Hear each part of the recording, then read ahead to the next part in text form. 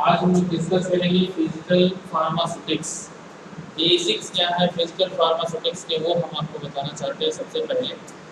सबसे पहली चीज़ ये है कि रिसर्च की जो नीड होती है, रिसर्च के लिए जो सबसे पहली नीड होती है वो फिजिकल फार्मास्यूटिक्स।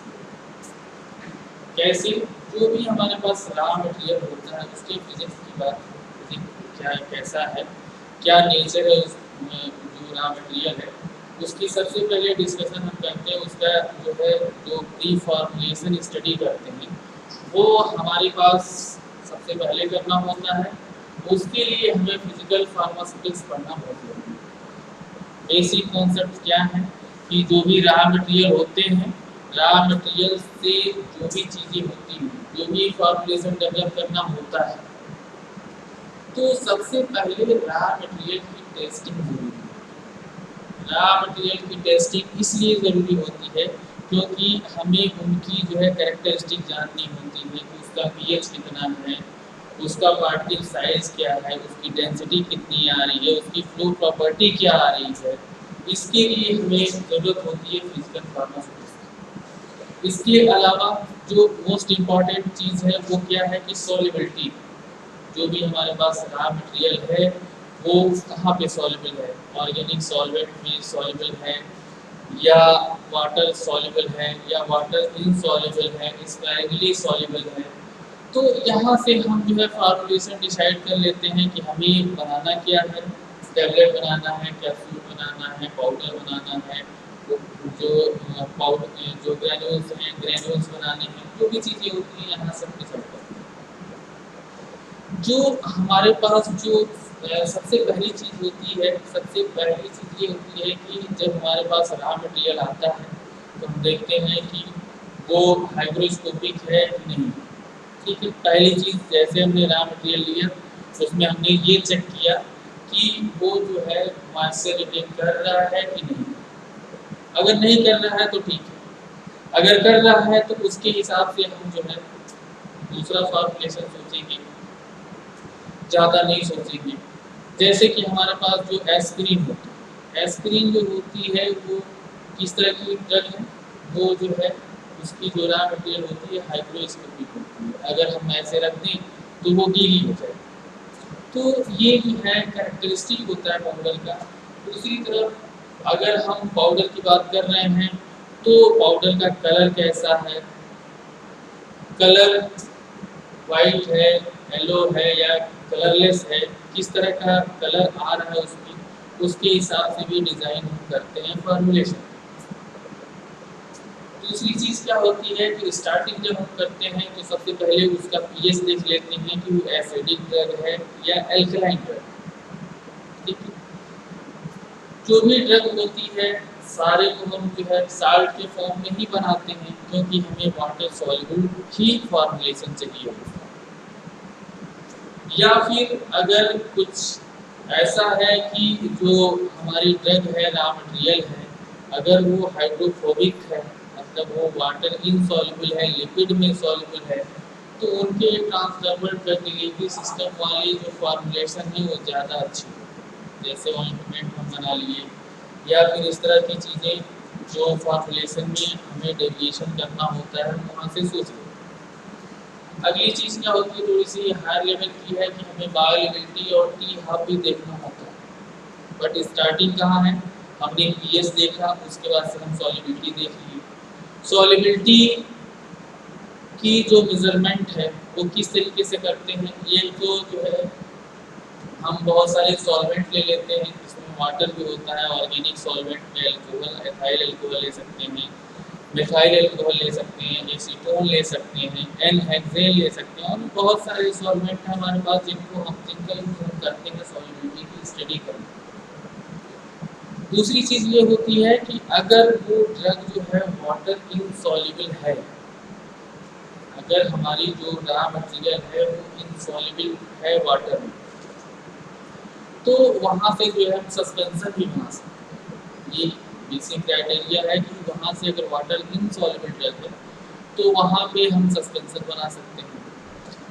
पिछले मतलब फार्मास्यूटिक्स फर्स्ट में हम जो है बहुत सारे डिफिनीशन बताते हैं, इमल्सन बताते हैं, सस्पेंशन बताते हैं, जो है लोशन बनाने का जो बताते हैं, टैबलेट जो है टैबलेट का होता है बताते हैं, सारी चीज़ें हम डिस्कस करते हैं। तो यहाँ पे जो है जैसे सस्पेंशन बना लिया, सस्पेंडिंग एजेंट डालते हैं, उसमें प्रिजर्वेटिव डालते हैं और बहुत सारे जो है बहुत सारी चीज़ें जब डालते हैं उसमें, ताकि जो है हमारी फॉर्मुलेशन ख़राब ना हो, स्टेबिलिटी उसकी अच्छी हो, उसका कलर चेंज ना हो। स्टेबिलिटी अच्छी होगी, कलर चेंज नहीं होगा। अगर जो है हम स्टेबिलिटी पे ध्यान नहीं देते हैं तो वहाँ पे जो है हमारे साथ दिक्कत होने लगती है। जो भी हम फॉर्मुलेशन बनाते हैं उसमें दिक्कत आनी शुरू हो जाती है।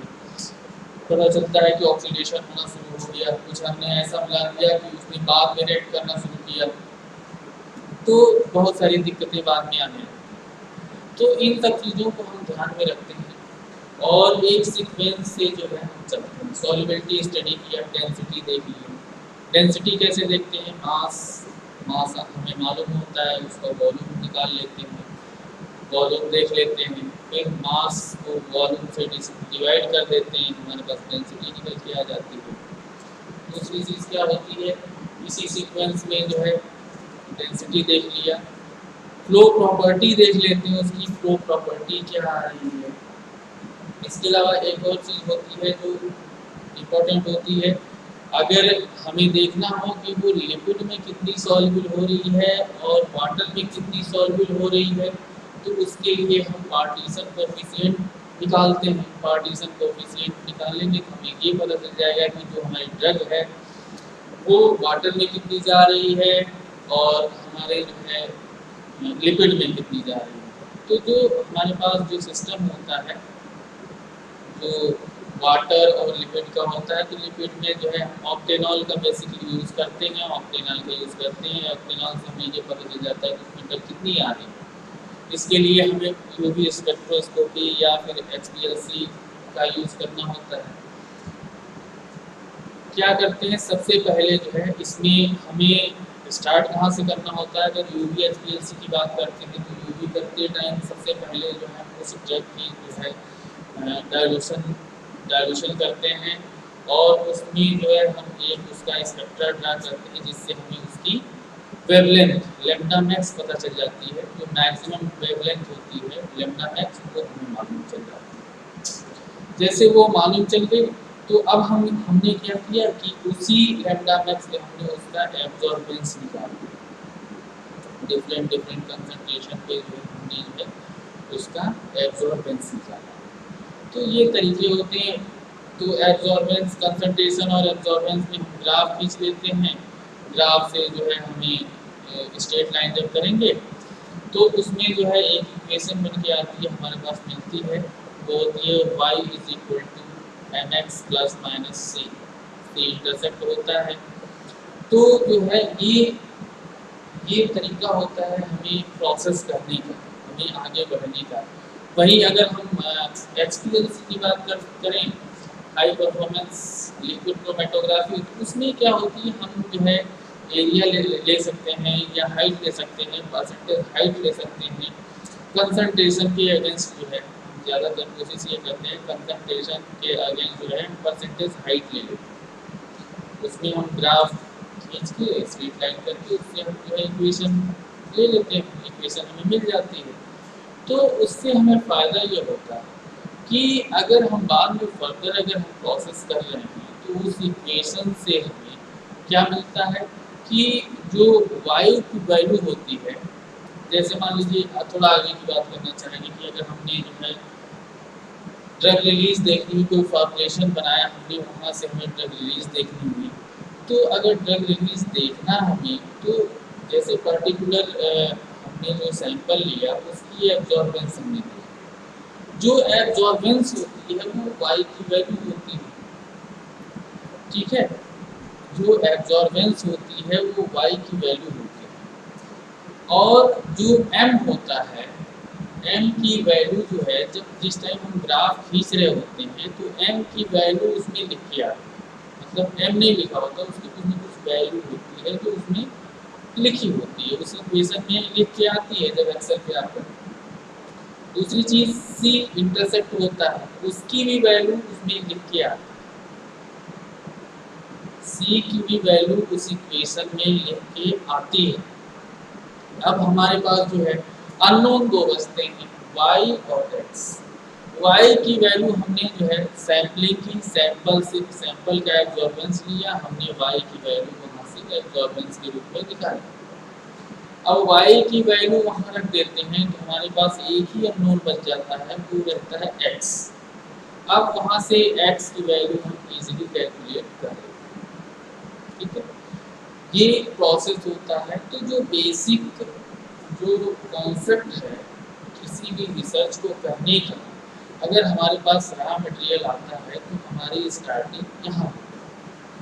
दूसरी चीज़ हमने सॉल्वेबिलिटी की बात की, अब जो है दूसरी चीज़ हमने हाइग्रोस्कोपिक की बात की थी।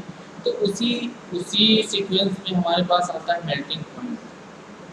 अगर हाइग्रोस्कोपिक नहीं है तो हम उसकी मेल्टिंग पॉइंट चेक करते हैं।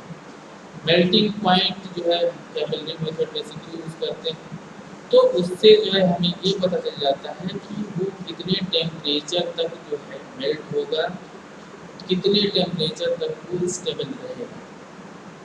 ये भी एक इम्पोर्टेंट पैरामीटर होता है जो कि किसी भी रिसर्च के लिए जो है ज़रूरी होता है। तो जो हम स्टार्टिंग कर रहे हैं, जो फिजिक्स की बात कर रहे हैं, फिजिक्स की बात कर रहे हैं किसी भी रॉ मटेरियल की, वो डिपेंड करता है उसकी कैरेक्टरिस्टिक, पूरी तरीके से कैरेक्टरिस्टिक अगर हम जानते हैं किसी रॉ मटेरियल की, तभी हम जो है उसका फॉर्मुलेशन सही तरीके से चुन सकते हैं या चूज़ कर सकते हैं, ताकि जो है फर्दर जैसे पता चले कि हमने जो है जिंदगी में जो है ये सब नहीं किया, सीधा हमने कुछ बना दिया, ठीक है, कोई फॉर्मुलेशन हमने बना दिया। अब क्या हुआ कि हमने बना दिया सस्पेंसन, सस्पेंसन हमने जो डिज़ाइन कर लिया, पता चला कि हमारे पास जो ड्रग है वो वाटर सॉल्युबल है, तो जिस टाइम हम उसको जो है जैसे वाटर में मिक्स करेंगे, डालेंगे, तो वो जैसे सेक करेंगे वो क्या होगा, उसमें डिजॉल्व हो जाएगा, तो सस्पेंसन नहीं बन सकता। तो ये जानना बहुत ज़रूरी है कि हमारी जो रॉ मटेरियल है, जो ड्रग है हमारी, उसका नेचर कैसा है। इसी सीक्वेंस में अगर हम आगे की बात करें तो कोई भी रॉ मटेरियल, कोई भी रॉ मटेरियल इस बात पे डिपेंड करता है कि उसका जो है पीएच किस रेंज में जा रहा है, उसकी एसिडिक नेचर ज़्यादा है या जो है एल्कलिनिटी ज़्यादा है, तो उस हिसाब से जो है हम उसमें ऐड करते हैं उसको साल्ट बनाने के लिए। कुछ जैसे मान लीजिए कि आपके पास रेनिटिनिन है, ये जो है बेसिक ड्रग है, बेसिक ड्रग है, तो इसको न्यूट्रल करने के लिए हम क्या करते हैं, उसमें HCl, आपने देखा होगा कि जहाँ पे भी रेनिटिनिन होता है उस पर लिखा होता है रेनिटिनिन हाइड्रोक्लोराइड, या फिर लिखा होता है मेटफॉर्मिन, बहुत कॉमन सी मेडिसिन है मेटफॉर्मिन, डायबिटीज़ डायबिटीज़ की मेडिसिन है, बहुत कॉमन सी मेडिसिन है, तो उसमें आपने देखा होगा मेटफॉर्मिन हाइड्रोक्लोराइड। तो इसी तरीके से जैसे डाइक्लोफिनेक देख लीजिए, डाइक्लोफिनेक एसिडिक ड्रग, उसके साथ हमने देखा होगा डाइक्लोफिनेक सोडियम, उसको साल्ट बनाने के लिए हम उसमें सोडियम ऐड करते हैं। ऐसे बहुत सारी मेडिसिन हैं, उनको साल्ट बनाने के लिए हम किसी न किसी तरीके से जो है कुछ न कुछ उसमें ऐड करके ही बनाते हैं। ये कैसे संभव हो पाता है कि ये संभव इसलिए हो पाता है क्योंकि हमने जब स्टार्ट किया तो जो हमारे पास रॉ मटेरियल था, जो भी रॉ मटेरियल रहा हमारे पास, उसको हमने टेस्ट किया, उसके सारे पैरामीटर हमने देखे, तो पैरामीटर देखने के बाद से हमें ये मालूम हुआ कि उसका पीएच कितना है, उसकी सॉल्युबिलिटी कितनी है, वो उसका जो है मेल्टिंग पॉइंट कितना है, ये सारी चीज़ें जो है हम पहले से डिसाइड करके ही फार्मूलेशन की डिज़ाइन करते हैं।